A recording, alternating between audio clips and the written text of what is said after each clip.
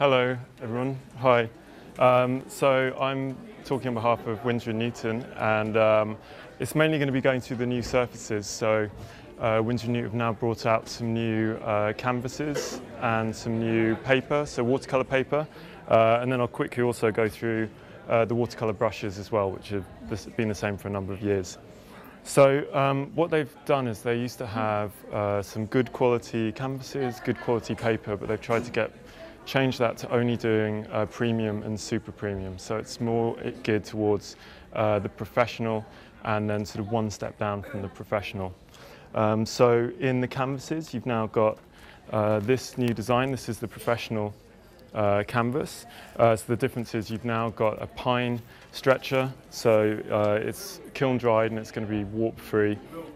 You've got these new pro stretchers, so these are invented by Winsor Newton.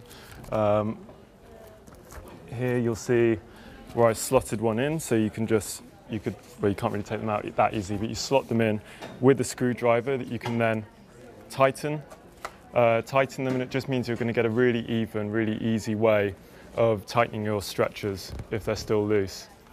They're all hand stretched as well, so you could see here they've been stretched in the factory. What do they retail? Stefan, do you know the retail price of these? No. So I'll hand that. That's.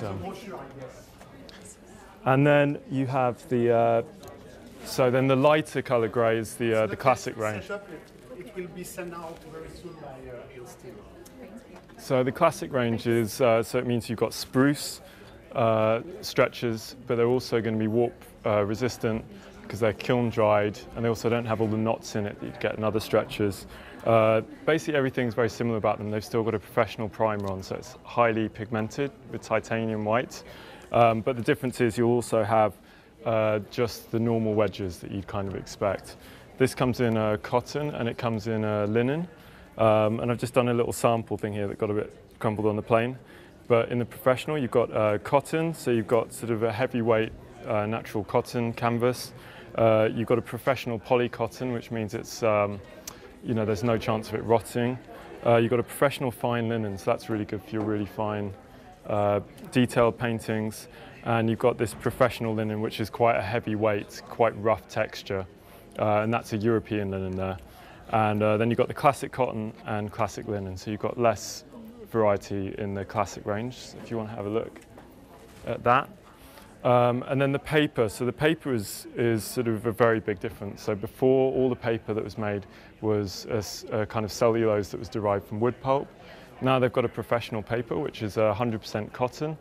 So the thing about having 100% cotton is it's a lot more robust. The cotton fibres that come from the linters, it's all mould made, so it's all sort of meshed together.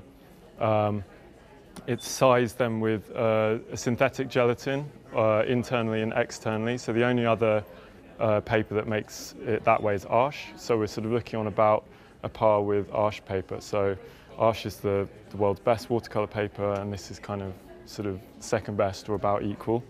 The difference between Arches and this paper is even though they're both made with spring water, it's both natural cotton, they're both made with the same type of sizing. This is the Winsor Newton slightly brighter, so you've got a slightly brighter colour as their natural white. Arches also do a sort of pigmented white as well, and this is somewhere in between. So these are some of the samples of the professional and the classic range. So here we go, this is some of the classic, and this is some of the professional.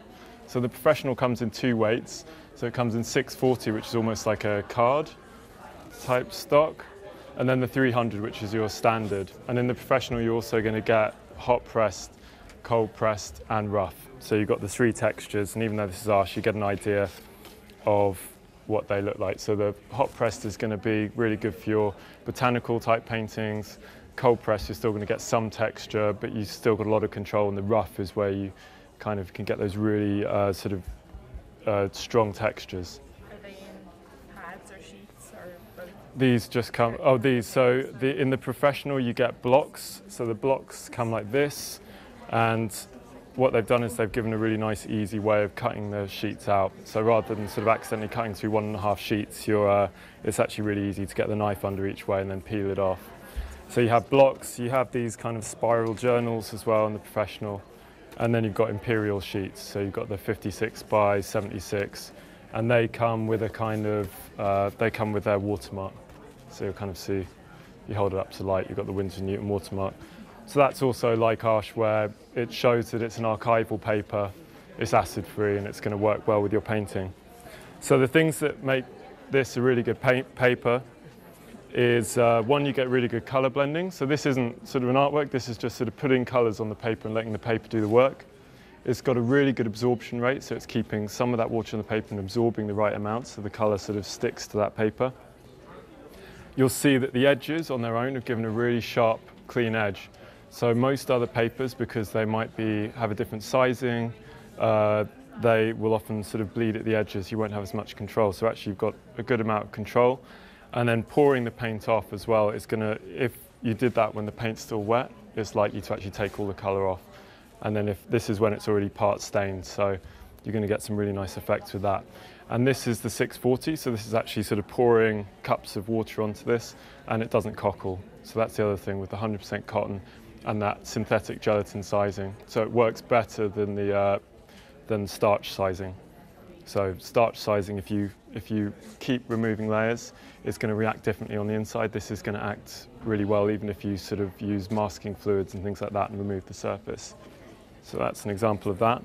By the way, please feel free to also have a go with this as well. So this is some of the paper. So just give it a go. So the thing that it's going to do is, when I apply this colour onto here as a wash, this is going to absorb really nicely. It's going to give you a good amount of working time, and it's also going to mean if I mix two colours, it's going to work with the colour and make it really easy to make really clean colour mixing. So when that dries, that's going to kind of help the colour. It's going to absorb the right amount. It's almost like using a kind of blending medium. It's going to kind of help those pigments work together. And then to quickly go into the brushes as well. So this is known as the finest watercolour brush in the world, the Series 7. It was designed for Queen Victoria in the 1840s in her favourite size, the number 7. So the thing that makes it so special is, one, it's made with Kolinsky sable hair. It's made with just the sides of the tail, only from the male Kolinsky in the winter months. And what they do is they have kind of scales down going the opposite direction of the hairs, and that holds lots of water in it. So it means that they're going to hold a huge amount of water. When you've been using it, you flick the water off, it's going to come back to a perfect point. So this is quite an old brush of mine. And then the colour carrying capacity is really big. So if you use like a size 6 like this, you're going to be able to get quite a decent wash on it. But at the same time, I can flick that and I can still make really nice little marks as well. So you should be able to do the same kind of mark making with this as you would with a size 1 as well. So that's the idea. So this is, generally known as the best watercolour brush in the world. If anyone wants to have a go and try it out. And then, or maybe not. Go on, have a go. And then we've got the professional watercolour brushes. So these are also Kolinsky sable. So they're still going to have a really good belly. So the belly, when you flick that, you've got a really nice point, but it means it's coming out in the centre. So that's bellies where it's carrying all that water. So it's got a really good colour carrying capacity. I've been doing some tests with the Series 7. With a single line, thin line, you can get up to about 25 metres with a single brush stroke. And with these, you probably get about 18 metres or something like that. So these are still really high quality brushes. The difference as well is the people that make the Series 7 have to have had at least 10 years brush making experience before they could start making these brushes. So they're all still handmade. Everything about it's the same. They're still hand dipped. The only difference is the ferrule is solid nickel rather than solid silver. So these as well, you'll see, even though this is really small, this is a 6, it's still got great colour carrying capacity. and you can make quite large broad strokes and down to really nice fine details as well. So then on the more affordable scale, we've got the Cotman. So Cotman is a synthetic brush, but they've made it work a bit like a Kolinsky. So what they've done is they've used quite thick fibers that are going to give it spring and give it strength, and then they've given it really fine fibers that are going to carry water. So you've still got quite a good snapback. So it's coming back to quite a good point still. And again, the color carrying capacity is still really good. And you can still come down to nice fine lines really easily. And they're really robust as well. So these ones I've had for quite a while, and you'll see that they're not losing their lacquer. The ferrules are all seamless, so they're not rusting as well. They're all nickel plated. So these are nickel plated, the other ones are solid nickel. And it means that they're going to work rather like a professional brush. So please come forward and have a go. If you want to try some, try the differences between them. So this is professional, the professional 100% cotton. This is the classic. So the difference between the classic is you've got a cellulose pulp. So there's no cotton in this, but it's been made in the same way, same sizing, and you've got the same felt. So if you look at the surface of that, it's actually very similar to 100% cotton because they've been using like a natural felt on that. And a lot you'll see seem a bit more machine made, but these feel really natural. And there you go, there's a professional. And these are just some examples that I've made that just show a lot of the techniques that you can make on these papers.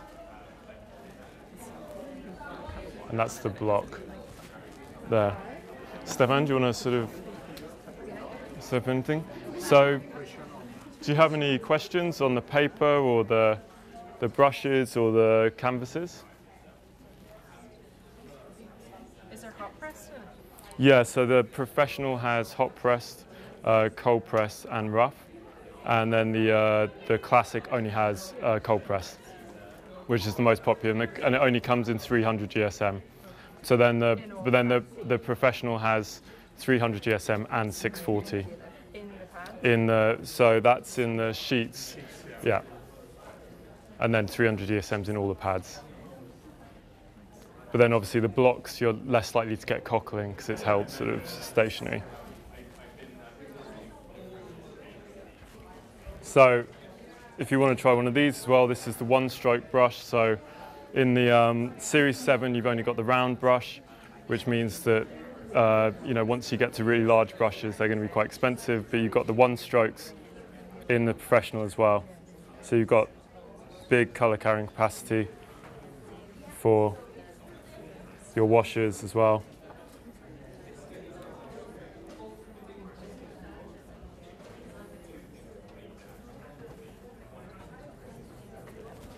And you've got really nice, and that paper is going to help you get a really nice gradation of tone. So the watercolor, I'm using the professional watercolor because there's 80% single pigment colors in them. So that means the color mixing is going to be really easy, and you're always going to get really clean color mixes between them. And you'll see here how nicely that works without me having to do much work with that when I'm working wet on wet.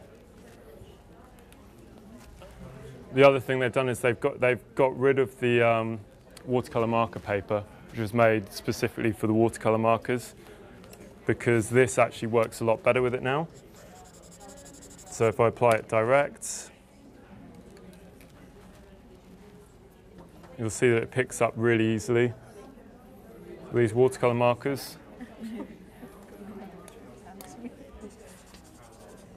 And even though these are staining colors, so the staining colors are even more staining because it's finely milled. Even when it's dry with this paper, you're likely to be able to pick up almost all of that color as well. So this works much nicer than it did with the original watercolor marker papers. That's why they've got rid of it. They've narrowed down the range, so it's much simpler. And again, this is all intermixable with all the other kind of colors. So it works with the sticks as well really nicely, much easier to pick up.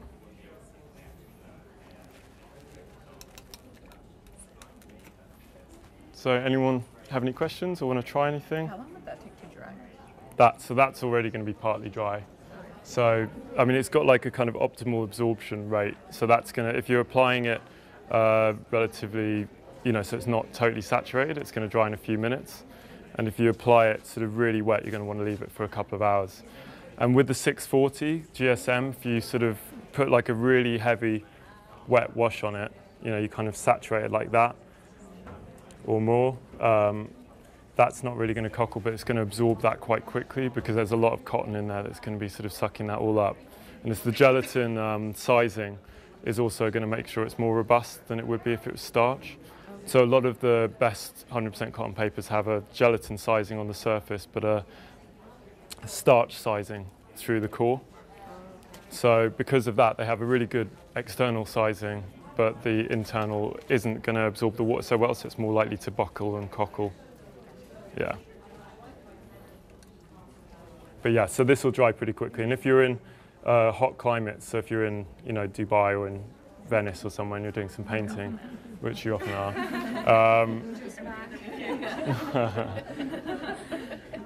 Sorry, is there a mixed media pad available? Where you've gone from a different price range now, as you say, you're kind of catered for amateur and professional. Yeah. Is there a mixed media range then that will still cater for the student? So I mean, in the Winsor Newton, it's kind of that's the only two now. So they've narrowed it down to the two. The 100% cellulose is going to be very reasonable. I don't know what the price is here, but it's not much difference to what it was before. It's just that the quality is much nicer. It's being made with spring water and the sizing's better, but the actual is still using cellulose, so it's a very reasonable price. But it doesn't. But it's not it doesn't cockle nearly as much as it used to, and it works much better with all the other mediums. But if you do want your colour to last a lot longer, you can mix it with the gum arabic or with blending medium. So that could like double your working time in hot climates. Because if it's 30 degrees outside, it's going to dry twice as quickly. Then you could bring it back to sort of normal timing. You could just put a bit of that in your water, mix that, and use that as your mixing water. You can use it in the paint, but actually, if I just put sort of like a few drops in that, then you could actually use that, and that's sort of already containing your gum arabic. Yeah.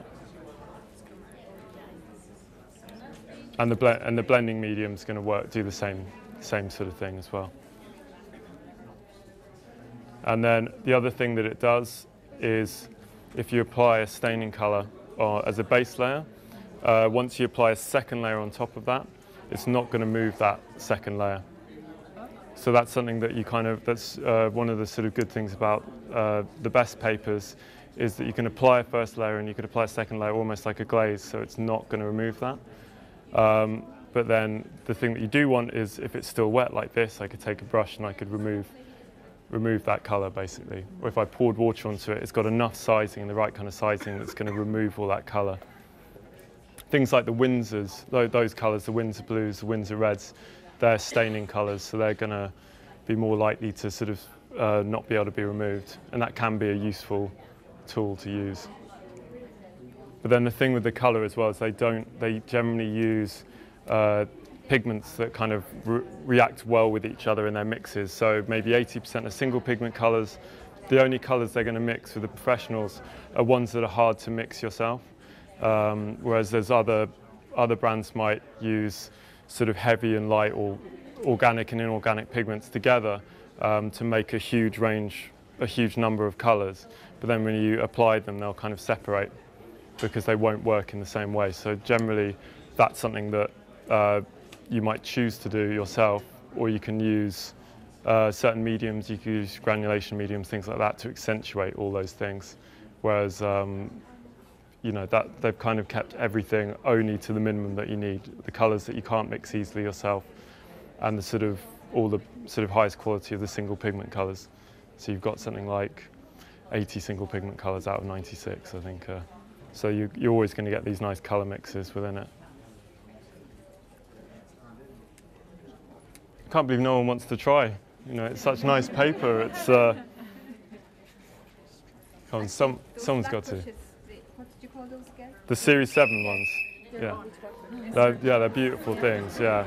There they are. excuse me, you will get a sample set of 7 different sheets in your goodie bag. Please have a look on that, try it if you want. They're very nice. Thank you. Thank you. Thank you. Thanks.